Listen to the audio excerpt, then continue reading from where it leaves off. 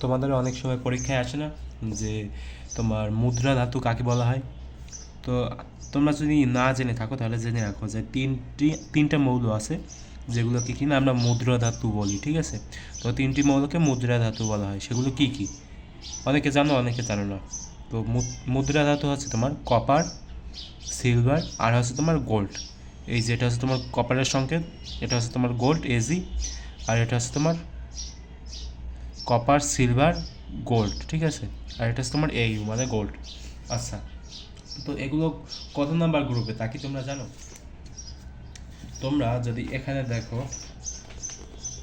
এখানে যদি তোমরা খেয়াল করো তাহলে দেখো এই যেখানে লেখা আছে না কপার সিলভার গোল্ড, এটা হচ্ছে তোমার 11 নং গ্রুপ, ঠিক আছে?